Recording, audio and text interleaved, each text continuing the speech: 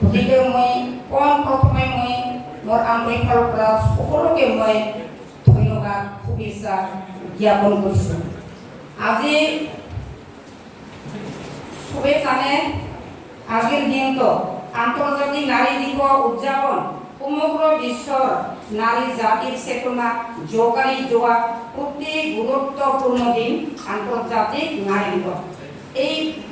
এই প্ৰতিবাদ পুৰুষ প্ৰধান সমাজ ধাৰা নাৰী জাতিৰ উচিত অধিকাৰ প্ৰতিবাদ।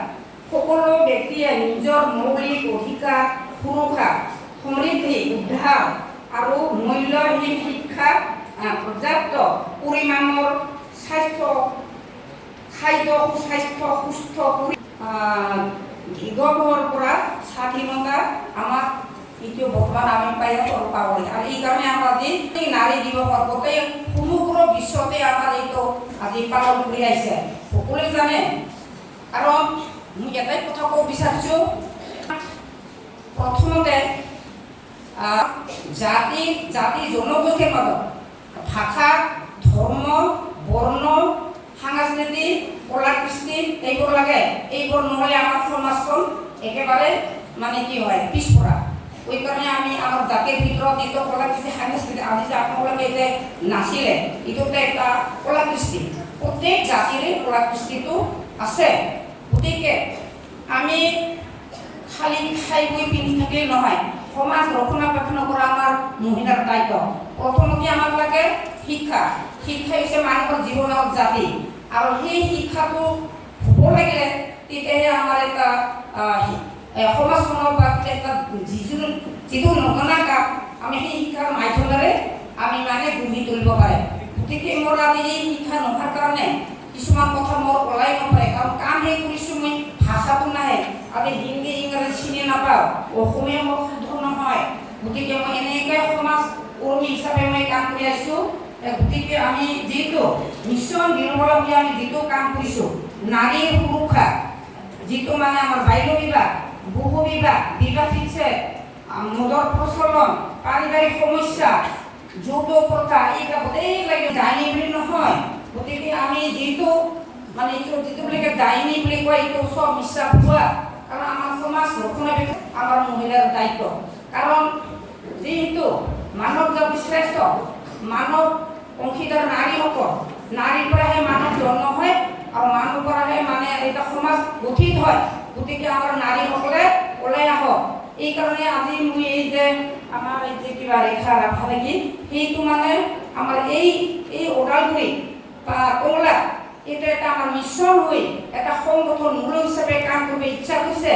আমি এইটো বাছনি কৰি দিম, আকৌ আপোনালোকক আমি ইয়াত আমি কাম কৰিম আৰু আপোনালোকে আমাক সহায় সহযোগিতা আমাক আগবঢ়াব লাগিব।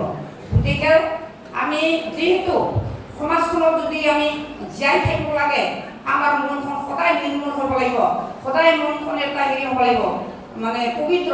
কাৰণ হিংসা এটা মহাপাপ। আমাৰ এই যে হিংসাৰ পৰা আমাৰ এটা ক্ষতিগ্ৰস্ত হয়। কোনোবাই এটা হিংসাৰ প্ৰভাৱতে মানুহক নাৰীক দায়ী বুলি সদায় এইটো আমি প্ৰতিবাদ কৰিছোঁ। মিছন বিলৰ পৰা 2021 চনৰ পৰা আমি লাগি আছোঁ। এইটো আমাৰ এইটো পাৰিবাৰিক সমস্যা বিবাহ বিচ্ছেদ এইবিলাক লাগিছে 2-3টা আমাৰ হাতত কেছ আছে। আগতে কৰিলোঁ আকৌ নতুন হ'লে আহে, খালি ডাইনী বুলি নহয়। ওই কাৰণে আমাৰ নিজৰ মৌলিক অধিকাৰ নিজৰ প্ৰাপ্য নিজৰ মানে কিটো মানে এইটো মানে আমি মানে এটা ৰক্ষণাবেক্ষণ কৰা আমাৰ গঢ়ি তোলাৰ কাৰণে এটা প্ৰচেষ্টা হাতত ল'ব লাগে। কাৰণ এইবিলাক যিটো আন্তৰ্জাতিক নাৰী দিৱস যিটো আমি আন্দোলন এইটো খালি পুৰুষৰ বাবে নহয়, কাৰণ পুৰুষ মহিলাসকলে একগোট হৈ পেলাই এইটো কামটো আগবঢ়াব লাগিব। গতিকে আজি ইমান মানে বহুতখিনি ওদালগুৰি আঞ্চলিক পৰাইছে ছাত্ৰ ছাত্ৰীসকল আমাৰ মহিলাসকলে যিটো মানে কৰ্মী যিবিলাক কাম কৰিছে মোকে কৈছে ভাইকে প্ৰত্যেক 10জনকৈ আমি ইয়াত বাছনি কৰিছোঁ। কাৰণ প্ৰতিনিধি হিচাপে বা এটা বিষয়ববীয়া হিচাপে ওটাকে মানে এটা সামৰিছে ইয়াত মানে ওদালগুৰিৰ গোটাই মানে বহুতখিনি 10জন বাছনি কৰিছে। এইকাৰণে মোক বহুত ভাল লাগছে। আৰু আপোনালোকে ওলাই আহক, কিছুমান বিৰবলাই আমি কি কাম কৰিছোঁ সকলোৱে জানে। আৰু এই সমাজ ৰক্ষণাবেক্ষণ কৰাৰ কাৰণে আজি মোক ভাৰত চৰকাৰে এটা মানে কি সামান্য এটা অৱদানৰ কাৰণে সমাজ সংস্কাৰ কৰা অৱদানৰ কাৰণে মই এটা স্বীকৃতি দিছে যে পদ্মশ্ৰী বঁটা। কাৰণ শিক্ষা হ'লেও নহয়, এইবিলাক কিছুমান বাহিৰৰ জ্ঞান কিবা এটা সমাজ ৰক্ষণাবেক্ষণৰ কৰিবৰ কাৰণে শিক্ষা নালাগে। ওই কাৰণে বিজ্ঞান সমিতিৰ মানুহবিলাকে কয় আমি বিজ্ঞান সমিতিত কাম কৰিছোঁ যদিও হিৰোবাই দিনা আমি আজিলৈকে কাম কৰা নাই। গতিকে যিবিলাকে সমাজ আজি আমাৰ এই যে এইটো যে আমি আজি হেৰি কৰিলোঁ মানে কিবা ছাতি বন্তি যিটো জ্বলাইছোঁ এইটো ভাল কাম কৰিছে। এই ভাল কাম কৰাৰ কাৰণে আজি উজ্জ্বল হৈ আছে নামবিলাকে। ওই কাৰণে যিমানে চাকৰি কৰিলেও এইবিলাক সমাজত সংস্কাৰ কৰাৰ কাৰণে সকলোৰে দায়িত্ব আছে আৰু সেই দায়িত্ব অনুপাতে কাম কৰি আহক। ভৱিষ্যতৰ কাৰণে আমি যিটো ল'ৰা ছোৱালী উঠি অহা প্ৰজন্মক এইকাৰণে আমি মানে এটা সজাগ সচেতনমূলক হিচাপে আমি কাম কৰিছোঁ যে ডাইনী শব্দটা যেন আমি নাইকিয়া কৰিব পাৰোঁ। আজি বিলুবেলা আজি নাথাকিম কালি মৰিম, যদি মই থাকা পৰ্যন্ত কাম কৰি নাথাকাত যদি এটা নিৰ্মূল হয় এই কাৰণে আমি আজি মিছন হৈ আমি আজি জোৰ দি আছোঁ। আৰু মোৰ লগতে আছে মাননীয় ত্ৰিপুৰাৰ বড়ো, সি মানে ভাল কাম কৰিব। একত্ৰিত হৈ পেলাই আমি আজি সহযোগ হিচাপে আমি কাম কৰি আছোঁ। আৰু এইটো এটা কথা এই যে ডাইনী বুলি ক'লে এইটো যে আমি যিটো মানে আইন আমি পাছ কৰি আনিছোঁ ইয়াতে আছে, মই পাঠ কৰাই শুনাম। এইটো আছে আমাৰ গুৱাহাটীত মিছন বিলুবলৈ যোৱা 5 বছৰৰ অধিক সময় ডাইনীৰ নামত হত্যা কৰা যাদৱ বিশ্বাস হোৱা তান্ত্ৰিক আৰু বিভিন্ন ধৰণৰ কুসংস্কাৰৰ সুযোগ এচাম দৃষ্ট শক্তিশালী চক্ৰই গাঁৱৰ নিৰীহ হত্যা কৰিছে, অত্যাচাৰ কৰিছে অথবা বিভিন্ন ধৰণে লুণ্ঠন কৰি আনিছে। অসমত বিশেষকৈ ডাইনী বিশ্বাসত মানুহক কৰা হত্যা ৰোধ কৰিবলৈ যোৱা বছৰ এখন আইন প্ৰণয়ন কৰাৰ পাছতো অসমৰ বিভিন্ন ঠাইত এতিয়াও ডাইনী বিশ্বাসত মহিলা পুৰুষৰ ওপৰত অত্যাচাৰ চলিছে, হত্যাকাণ্ড হৈয়ে আছে। সেয়েহে এই ডাইনীখন এই আইনখন শাসন আইনৰ ভিতৰত থকা তলত উল্লেখ কৰা কথাকেইটা সাধাৰণ ৰাইজৰ বাবে আগবঢ়াইছে।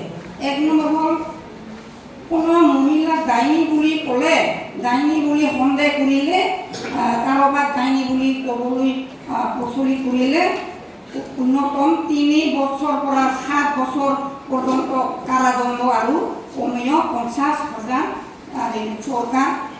পৰা 5 লাখ টকা পৰ্যন্ত জৰিমনা হ'ব পাৰে।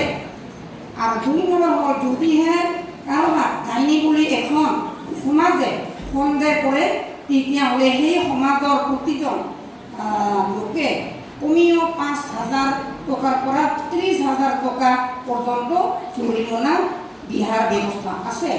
3 নম্বৰ কাৰোবাক ডাইনী বুলি মাৰপিট কৰিলে অথবা নিজৰ ঘৰ মাটি এৰি যাবলৈ বাধ্য কৰিলে কমেও 5 বছৰৰ পৰা 10 বছৰ পৰ্যন্ত কাৰাদণ্ড আৰু কমেও 1 লাখৰ পৰা 5 লাখ টকা পৰ্যন্ত জৰিমনা দিয়া হ'ব পাৰে। এই কথাটা কিন্তু এই কাৰণে আমি এটা আমি মানে আইন পাছ কৰি আনিছোঁ যে গভৰ্ণমেণ্টৰ পৰা আমাৰ ৰাষ্ট্ৰপতিৰ পৰা আমাৰ ইটো আমাক পাৰমিশ্যন দিছে।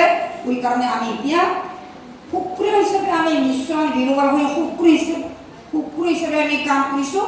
ওই কাৰণে আমি এতিয়া সকলোকে মই ধন্যবাদ জনাইছোঁ। এইবিলাক যে নিৰ্মূল কৰিব লাগে বা এইটো নিৰ্মূল কৰি আমাৰ সমাজ সংস্কাৰ হ'ব, আমাৰ সমাজ সংস্কাৰ হ'লে আমি আমাৰ সমাজ শান্তি হিচাপে আমি বসবাস কৰাটো আমাৰ প্ৰয়োজন। গতিকে এইবিলাক চবে মহিলাই ওলাই আহক। আজি আমাৰ আন্তৰ্জাতিক নাৰী দিৱস দেখি মহিলাৰা এইটো আমাৰ আজি ক'বা, গতিকে প্ৰত্যেকৰে দায়িত্ব আছে। খালি আন্তৰ্জাতিক নাৰী দিৱসৰ মূলতে আমি এই মিছন বিৰোবাৰ হৈ আমি আজি কাম কৰিব ওলাইছোঁ। গতিকে মোৰ ইমানখিনি ভাষণ নাই, যদিও মই কাম কৰিছোঁ, মোৰ সাহস, মোৰ যিটো মানে আত্মবিশ্বাস মনোবল, এই কাৰণে মই কাম কৰি আছোঁ যে মানুহক ৰক্ষণাবেক্ষণ কৰাই আমাৰ মানে কি কয় ধৰ্ম। আৰু গতিকে আমি যিটো কাম কৰি আছোঁ গতিকে সকলোৱে ওলাই আহক। নিজৰ সমাজ ৰক্ষণাবেক্ষণ কৰা সকলোৰে দায়িত্ব আছে। আৰু সৰু ল'ৰা ছোৱালীক শিকাওক। শিক্ষিত হ'ব লাগে মহিলাই। 1জন মহিলা যদি শিক্ষিত হয় 10জন মহিলা শিক্ষিত হয় 1জনেই হ'ব। গতিকে মাতৃ সকলোৱে সমাজ ৰক্ষণাবেক্ষণ কৰে আমাৰ মূল দায়িত্ব। আমাৰ সমাজ সংস্কাৰ কৰিলে আমাৰ ঘৰখন সবনি হ'ব লাগে, দেশ সবনি হ'ব লাগে। আজি উঠি অহা ল'ৰা ছোৱালী শিশুৰ পৰা শিক্ষাৰ ভিতৰত যিটো দিব, আজি শিশু কালি নাগৰিক হ'ব লাগিব, ডক্টৰ হ'ব, ইঞ্জিনিয়াৰ হ'ব। গতিকে সকলোৱে যাতে এইবিলাক দায়িত্বটো মানে কি কৰে, মই এইখিনিতে কৈ সকলোকে মই শুভেচ্ছা জনাই সামৰিলোঁ। জয় হিন্দ।